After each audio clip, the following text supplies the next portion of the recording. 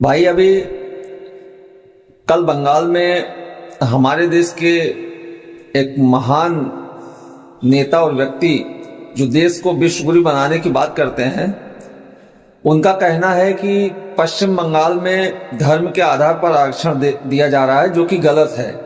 मैं उनसे पूछना चाहता हूं, अगर धर्म के आधार पर पश्चिम बंगाल में आरक्षण देना गलत है, तो क्या हमारे देश में जात के आधार पर आरक्षण देना सही है?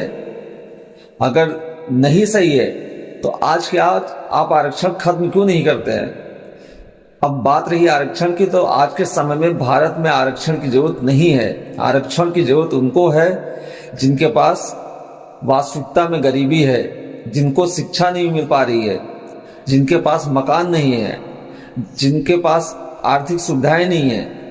आरक्षण की जरूरत उनको है, ना तो किसी धर्म को, ना तो किसी जाति को।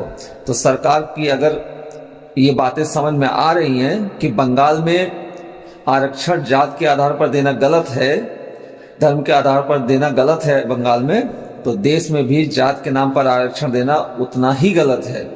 और अभी भी समय है सरकार को आरक्षण की नीतियां खत्म करके देश में सिर्फ आर्थिक रूप से कमजोर लोगों के लिए ही आरक्षण लागू करना चाहिए।